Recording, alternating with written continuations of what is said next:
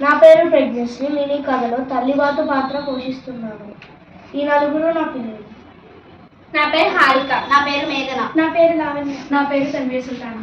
నా పేరు అమీనా. నా పేరు యామిని. నా పేరు చైతన్య. నా పేరు ఆఫియా. నా పేరు మదిహ. నా పేరు మౌనిక.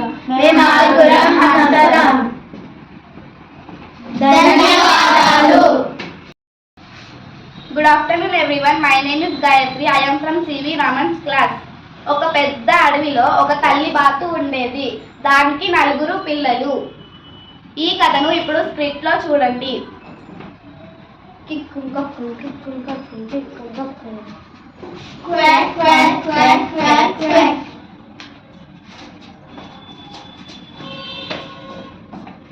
నొద్దు నల్లగా ఉన్నావు వెళ్ళిపో.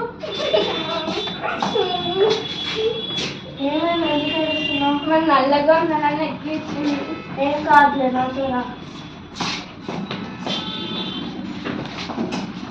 అలా తల్లి బాతు పిల్లని ఓదార్చింది.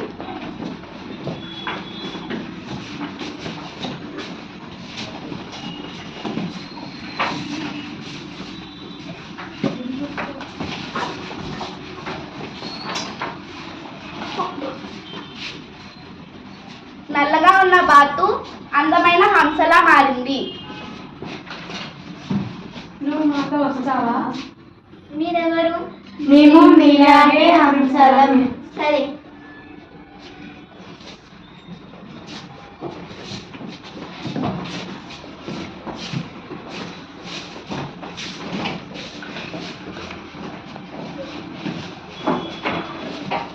వీటికి రెక్కలు పెరగలేదు.